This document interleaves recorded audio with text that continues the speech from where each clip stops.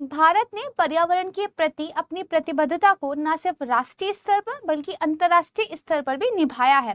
जहां international level पर international solar alliance जैसे इनिशिएटिव्स के माध्यम से हम आगे बढ़ रहे हैं, वहीं राष्ट्रीय स्तर पर हम न सिर्फ बड़े बल्कि छोटे छोटे कदमों के सहारे आगे बढ़ रहे हैं। रिन्यूएबल एनर्जी को लेकर भारत काफी अच्छा काम कर रहा है और इसी कड़ी में एक बहुत महत्वपूर्ण और एक बहुत अच्छी न्यूज सामने आई है कि गुजरात के मोढेरा गांव को भारत का पहला 24 घंटे सातों दिन सौर ऊर्जा उपलब्ध रहने वाला गांव घोषित कर दिया गया है। आज इस वीडियो में हम चर्चा करेंगे पहले इस गांव के बारे में, थोड़ा सा देखेंगे कि ये गांव फेमस क्यों है, क्योंकि यहाँ पर देखिए सन टेम्पल है जो कि काफी फेमस है और टूरिस्ट के लिए बहुत बड़ा आकर्षण भी है। इसके बाद हम बात करेंगे कि सौर ऊर्जा को लेकर भारत में क्या क्या प्रयास किए जा रहे हैं, कुछ डेटा के माध्यम से इंटरनेशनल लेवल पर और नेशनल लेवल पर जो फैक्ट्स हैं उनको समझने का प्रयास करेंगे। तो आइए सबसे पहले अपनी वीडियो की शुरुआत करते हैं हमेशा की तरह समाचार पत्रों से। उससे पहले नमस्कार, मैं हूं प्राची, संस्कृति आईएएस यूट्यूब चैनल पर आपका स्वागत करती हूं और चलिए शुरुआत करते हैं अपनी वीडियो की। यहाँ पे देखिए पीएम नरेंद्र मोदी जी जो हैं उन्होंने मोढेरा गांव को डिक्लेयर कर दिया है कि वहां पर 24/7 जो है सोलर पावर अवेलेबल रहेगी, राइट। इसके बाद लाइव मिनट के अंदर एक आर्टिकल आया था जिसमें बताया गया था कि इंडिया का जो पहला सोलर पावर्ड विलेज है वो आज से जो है लाइट अप हो जाएगा। 9 अक्टूबर की ये न्यूज थी और बताया गया कि 3,900 करोड़ जो है इस पे स्पेंड किए गए हैं, राइट। इसके अलावा भी देखिए एक इंपॉर्टेंट चीज इसमें हुई है कि यहाँ पर जो एक प्रोटेक्टेड एंशिएंट साइट है जिसको मोढेरा सन टेम्पल के नाम से जाना जाता है, काफी महत्वपूर्ण संरक्षित क्षेत्र है ये। इसके अंदर एक 3D प्रोजेक्शन फैसिलिटी भी 9 अक्टूबर से शुरुआत हो जाएगी। ये क्यों महत्वपूर्ण है, देखिए ये जो बेसिकली हम प्रोजेक्शन दे रहे हैं ये क्या होगा, ये सोलर पावर 3D डिस्प्ले से जो है होगा, यानी कि यहाँ पर भी जो हम काम कर रहे हैं वो सोलर एनर्जी के द्वारा ही कर रहे हैं। और इससे जो टूरिस्ट वगैरह हैं उनको तो हिस्ट्री के बारे में पता चलेगा मोढेरा की, लेकिन अपने आप में देखिए कि अब हम जो है अपनी सोलर एनर्जी को जोड़ ले रहे हैं, टूरिज्म से भी लिंक कर कर, पर्यावरण से तो जोड़ ही रहे थे, हम अपनी एंशिएंट जो साइट्स हैं उनके अंदर भी उनका यूज कर पा रहे हैं, तो it's a good step, right. तो अब देखिए हमें दो चीजों पे ध्यान देना है, तो हम सन टेम्पल के बारे में पढ़ेंगे क्योंकि अगर ये न्यूज में था तो प्रीलिम्स में प्रश्न बन सकता है। इसके अलावा हम सोलर एनर्जी पर अच्छी खासी चर्चा करने वाले हैं। तो देखिए ये मुंडेश्वरी माता का मंदिर की एक फोटो यहाँ पे दिखाई गई है। हाल ही में प्रधानमंत्री जी ने जो ये गांव मोढेरा है इसको भारत का पहला सौर ऊर्जा संचालित गांव घोषित किया है। किस जिले में है ये, तो ये गुजरात का जो मेहसाणा जिला है दरअसल वहां पर अवस्थित है, ठीक बात है। थोड़ा सा मोढेरा गांव के बारे में देख लेते हैं, क्यों फेमस है ये, तो इसलिए फेमस है क्योंकि यहाँ पे सूर्य मंदिर है, एक संरक्षित प्राचीन स्थल है और जो पुष्पावती के नदी के किनारे जो है अवस्थित है। ये फैक्ट थोड़ा सा इंपॉर्टेंट है, याद रखिएगा। दूसरा इंपॉर्टेंट है जो चालुक्य वंश के राजा भीम प्रथम थे उनके द्वारा लगभग 1026-27 ईस्वी में इसको बनाया गया था। पुष्पावती नदी के किनारे है, चालुक्य वंश के राजा ने बनवाया था, राजा का नाम क्या था, तो भीम प्रथम था और आपको इसका टाइमलाइन थोड़ा सा पता चल गया, ठीक बात। अब इसके बारे में थोड़ा सा पहले मंदिर के बारे में देख लेते हैं, आर्ट एंड कल्चर से लिंक करेंगे इस वीडियो को एंड देन फिर स्विच कर जाएंगे इन्वायरमेंट और रिन्यूएबल एनर्जी की तरफ। तो देखिए मंदिर जो है मुख्यतः ईरानी शैली से इंस्पायर होकर बनाया गया है जिसको मोढेरा सूर्य मंदिर शैली भी कहते हैं। इसकी सबसे बड़ी विशेषता यह है कि इसके निर्माण में कहीं भी चूने का प्रयोग नहीं किया गया है, तो this is one of the fact जो आप याद कर सकते हैं। मंदिर की जो पूरी आकृति है वो कमल पुष्प का जो निचला हिस्सा होता है उससे इंस्पायर होकर बनाई गई है, क्योंकि ये माना जाता है कि सूर्य भगवान इसी तरह से जो है विराजमान होते हैं, ठीक है। मंदिर की जो सीढ़ियां हैं, मंदिर पे जाने के लिए आपको सीढ़ियों से होके जाना पड़ता है, वो बलुआ पत्थर से बनाई गई है। दोनों और बहुत सुंदर उद्यान बने हुए हैं। संरचना अगर मंदिर की देखी जाए तो 3 भागों में आप उसको विभाजित कर सकते हैं, जो जनरली हमें सभी मंदिरों में देखने को मिलती है। जैसे एक गर्भगृह है, एक दूसरा सभा मंडप है और तीसरा सूर्य कुंड है। तो सूर्य कुंड भी अपने आप में एक फेमस है, इसको थोड़ा सा ध्यान रख लीजिएगा। तो this is all about the temple, जो थोड़ा सा आपको क्या आर्ट एंड कल्चर के पॉइंट ऑफ व्यू से याद होना चाहिए, ठीक बात है। Now come to the topic, हम क्या पढ़ रहे थे कि भाई मोढेरा गांव भारत का पहला 24 घंटे सातों दिन सौर ऊर्जा अवेलेबल रहने वाला गांव बन रहा है। तो देखिए इससे क्या होगा, गांव आत्मनिर्भर बनेगा, क्योंकि हम क्या एनर्जी का खुद से प्रोटेक्शन कर रहे हैं। भाई एनर्जी की वजह से तो हाहाकार मचा हुआ है, यूरोप में गैस के प्राइसेस सर्च हो गए हैं, इस वजह से वहां पे इन्फ्लेशन आ गई है। इंडिया में क्रूड ऑयल को लेकर अगर थोड़ा भी ऊपर नीचे होता है तो हंगामा हो जाता है। तो अगर एक गाँव अपनी एनर्जी खुद उत्पादित कर ले तो इससे अच्छी बात क्या होगी, राइट। तो देखिए इसमें लगभग घरों पर लगाए गए जो 1000 सौर पैनल हैं उनका उपयोग होगा, और ग्रामीणों के लिए इसकी वजह से 24 घंटे बिजली पैदा होगी। अपने आप में एक बहुत अच्छा आप कह सकते हैं ये टारगेट है कि 24 घंटे बिजली मिलेगी। ठीक बात है। ये जो ground mounted solar power plant होते हैं वो भी यहाँ पे लगे हैं। फिर जो आवासीय सरकारी भवन होते हैं उनके ऊपर जो रूफटॉप सोलर सिस्टम है ना, लगभग 1300 है, उनके माध्यम से जो है ये पूरा सिस्टम डेवलप किया गया है। ठीक है, सारे का सारा बैटरी एनर्जी स्टोरेज सिस्टम के साथ इंटीग्रेटेड है। भाई देखिए सोलर पैनल का काम क्या है, आपके जो फोटोवोल्टिक सेल्स हैं वो क्या करते हैं, वो बेसिकली सूर्य की ऊर्जा लेते हैं, उससे जो है एनर्जी का निर्माण करते हैं। बट वो एनर्जी स्टोर भी तो करनी पड़ेगी, क्योंकि रात को तो सूर्य की ऊर्जा उपलब्ध नहीं रहेगी, तब बिजली कहाँ से मिलेगी। तो हमें क्या होगा, एक बैटरी जैसा सिस्टम अपने पास चाहिए होगा। वो क्या है, वो बैटरी एनर्जी स्टोरेज सिस्टम है, BESS इसको बोलते हैं। ये एक प्रकार की क्या है, ऊर्जा भंडारण प्रणाली है। ठीक बात, आसान है। बिजली के रूप में ये ऊर्जा को स्टोर करता है, उसको डिस्ट्रीब्यूट करता है, और इसके लिए क्या है, बैटरी का उपयोग करता है। यानी कि आप इलेक्ट्रिसिटी को, एनर्जी के बहुत सारे फॉर्म हो सकते हैं, तो वन ऑफ द फॉर्म जो इलेक्ट्रिसिटी है उसको आप जो है बैटरी में स्टोर कर लेते हैं, देन उसको डिस्ट्रीब्यूट करते हैं। ये आपका BESS सिस्टम है जिससे इसको इंटीग्रेट किया जा रहा है। ठीक बात है।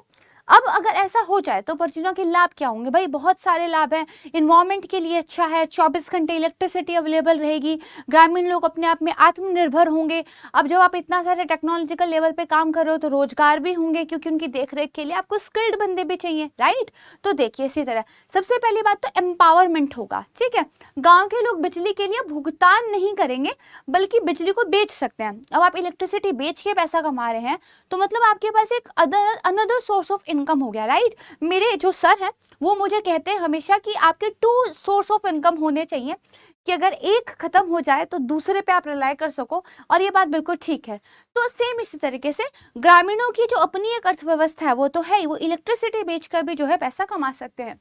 फिर देखिए सोलर पैनल द्वारा उत्पादित ऊर्जा को सरकारी ग्रिड से जो है जोड़कर फिर उसे बेचकर धन कमाया जा सकता है। ठीक बात है।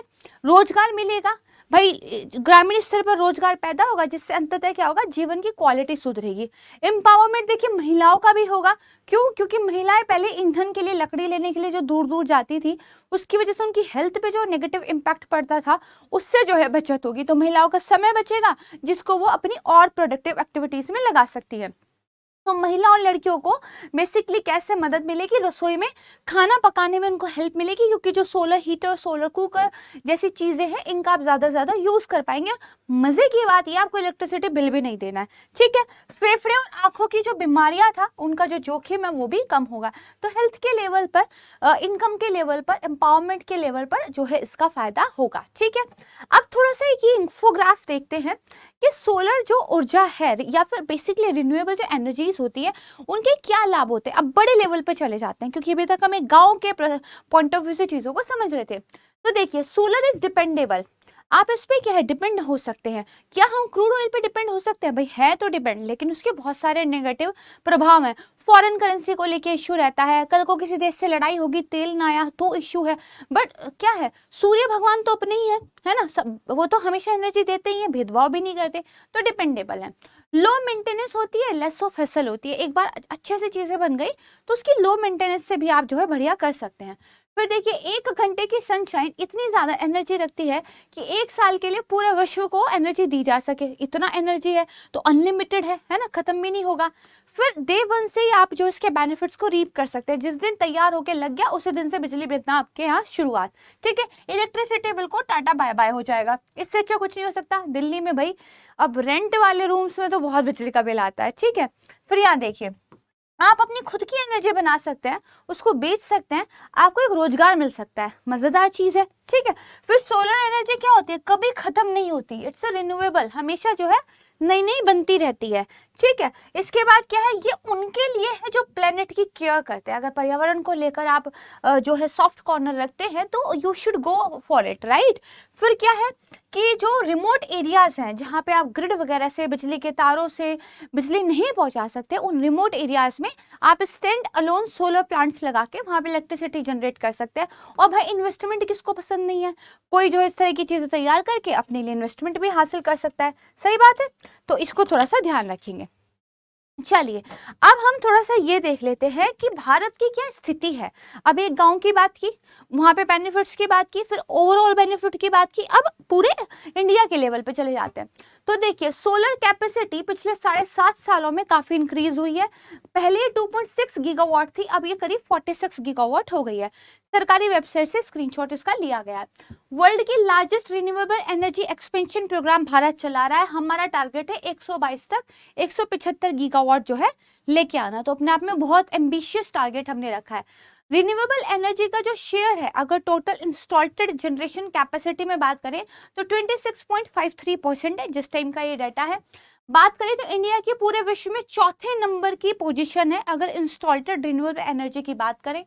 सोलर पावर टैरिफ जो है रिड्यूस हुए हैं, ठीक है, 75% using plug and play model.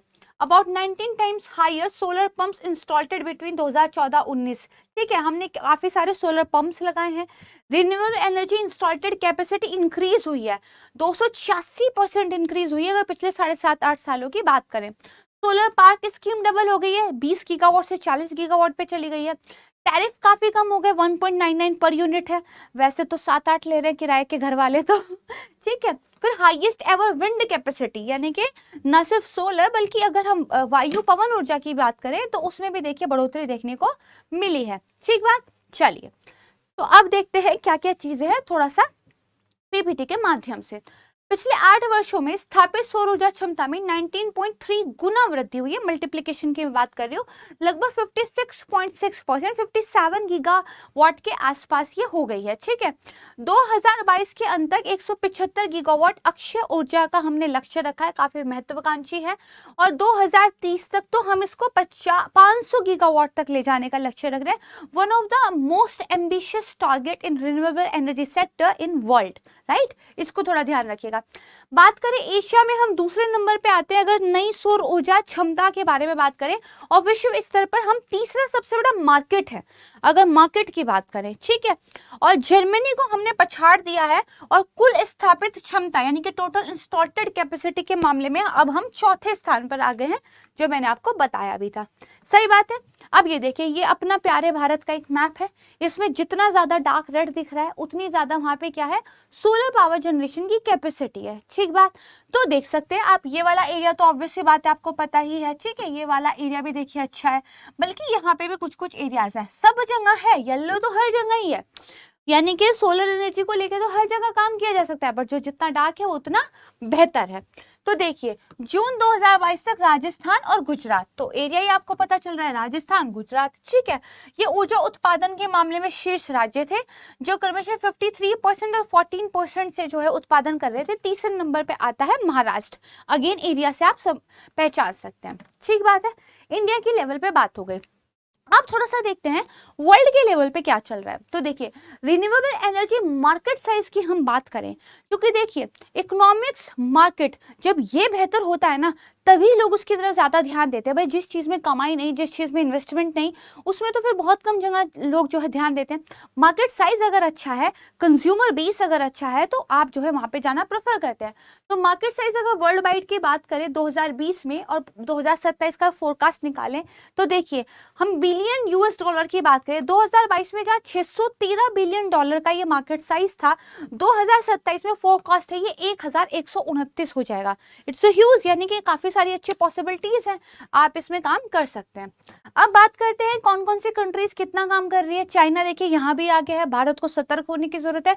हर एक सेक्टर में ये लोग अच्छा काम कर रहे हैं, हमें भी हर एक सेक्टर में अच्छा काम करने की जरूरत है।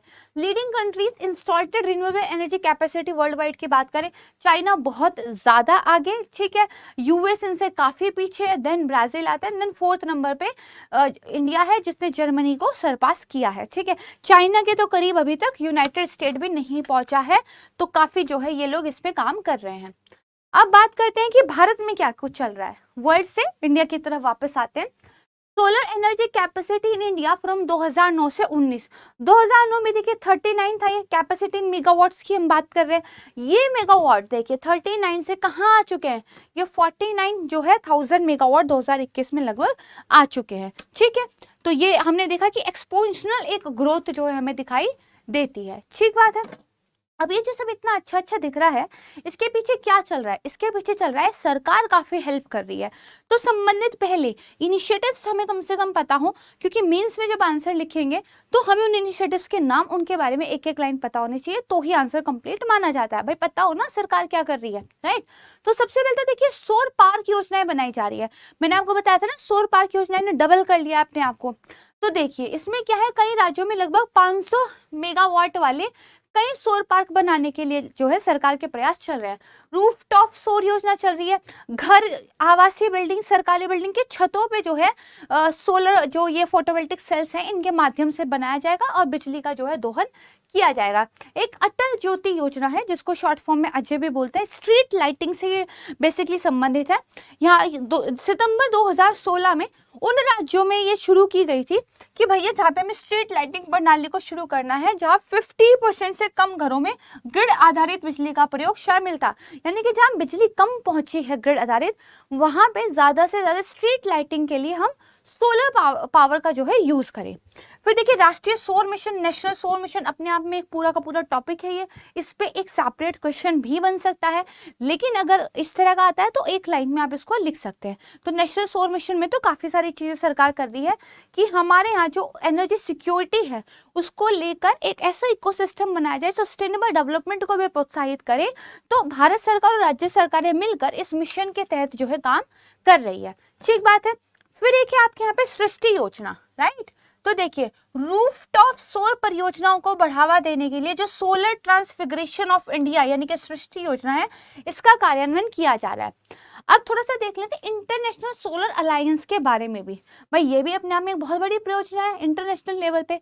तो देखिए पूरी ग्लोबल पॉपुलेशन का 73% ये जो आप कह सकते हैं अलायंस है, ये रिप्रेजेंट करता है।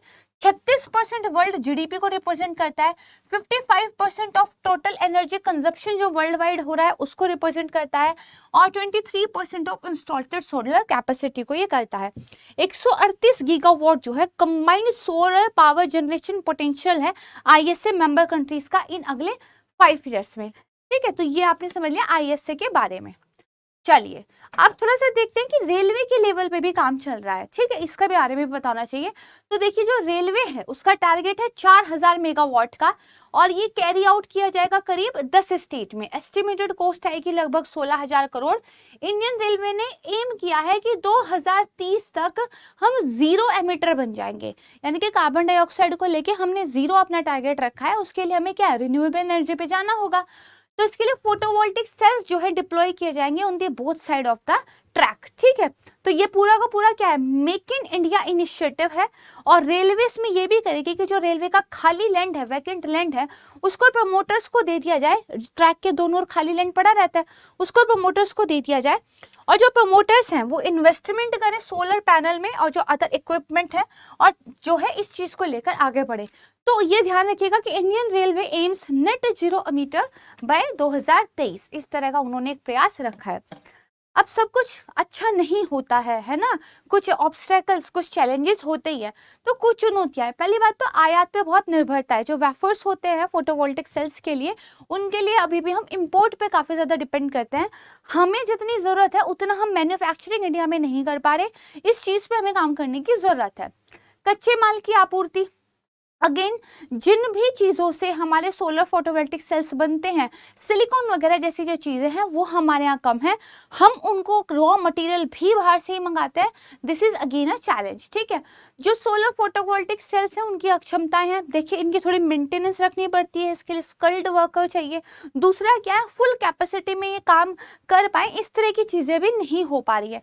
जैव विविधता से संबंधित मुद्दे हैं। ठीक है, क्योंकि देखिए आप क्या है, बहुत सारे लैंड पर जब ये चीज़ लगाते हैं तो उसको क्लियर भी करना पड़ेगा, राइट। और कहा जाता है कि बेसिकली जो हमारे पक्षी वगैरह होते हैं उनके लिए भी कई बार ये प्रॉब्लम क्रिएट कर देते हैं। ठीक है, फिर मूल्य निर्धारण का मुद्दा है। कई जगह क्या है, अभी भी जो रिन्यूएबल एनर्जी के टैरिफ्स हैं वो महंगे हैं, हालांकि कम हुए हैं, लेकिन अभी इनको और कम करने की जरूरत है। कई बार ये पता नहीं चलता किस तरह मेजर किया जाए कि कितना प्राइस रखना है, राइट।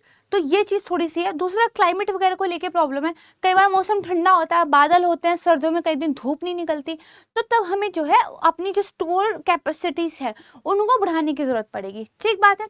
लेकिन सरकार इन चैलेंजेस को दूर करने के लिए काम कर रही है। अभी ये सितंबर में ही सरकार के द्वारा न्यूज आई थी कि जो 19,500 करोड़ रुपए की, ठीक है, प्रोडक्शन लिंक्ड इंसेंटिव स्कीम्स है, ये सोलर पीवी मॉड्यूल्स के लिए जो है सरकार लेकर आई है। इसमें देखिए कैबिनेट ने अप्रूव किए थे लगभग 19,500 crore production linked incentive scheme on national programme on high efficiency solar PV modules with an aim to attract करीब 94,000 करोड़ इन्वेस्टमेंट। इतने हम लगाएंगे तो लगभग 94,000 करोड़ की इन्वेस्टमेंट हमें मिलेगी। नाम क्या है? National programme on high efficiency solar PV modules. तो थोड़ा सा अगर वे फॉरवर्ड में आपको लिखना हो तो इस स्कीम के बारे में आप लिख सकते हैं, तो कंप्लीट आपका आंसर हो जाएगा, ठीक बात है। तो ये हमने समझ लिया कि एक वेरी गुड न्यूज कि भारत का एक पहला गांव जो 24 घंटे जो है बिजली प्राप्त करेगा सोलर ऊर्जा से, right. This is good news. चलिए, तो यहाँ पे वीडियो समाप्त होता है। जल्द मिलूंगी एक नए टॉपिक के साथ, तब तक के लिए नमस्कार, धन्यवाद, जय हिंद।